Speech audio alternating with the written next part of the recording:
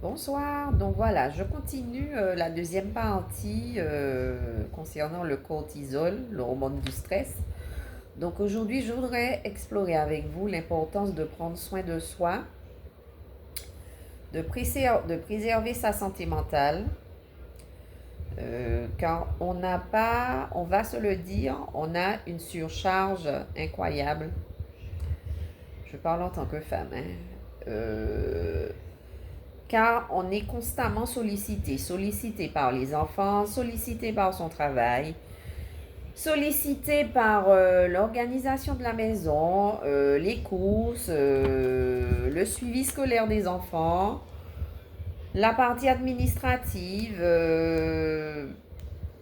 l'accompagnement pour les activités sportives ou centres aérés ou autres.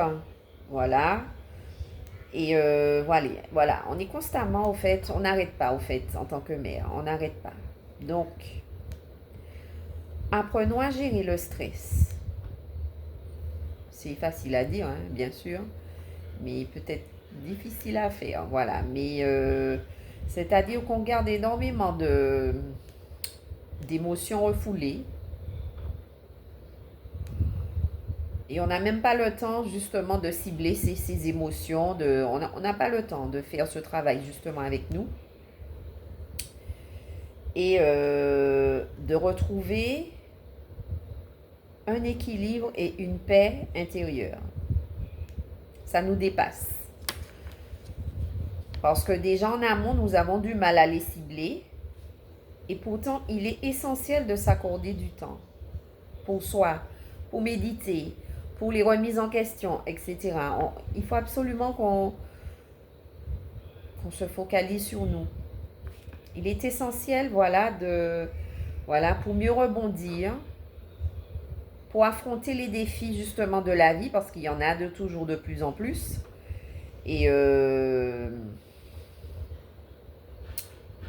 voilà, comment pouvons-nous faire?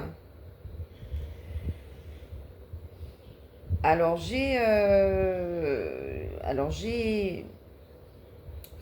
comment dire, j'ai noté certains points forts. En un, j'ai mis un moment de qualité pour moi,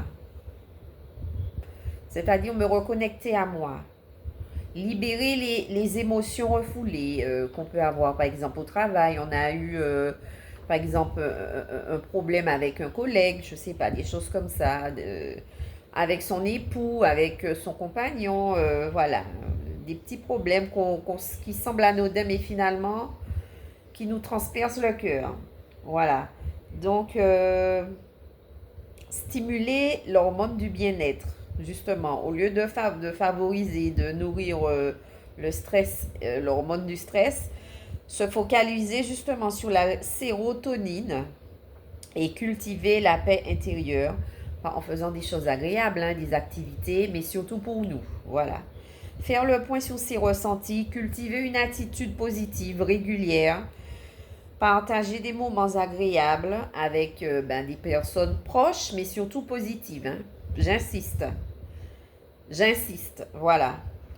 Seul ou avec des personnes agréables. Voilà. Donc, je ne vais pas être plus longue, sinon la vidéo... voilà. Donc, à bientôt.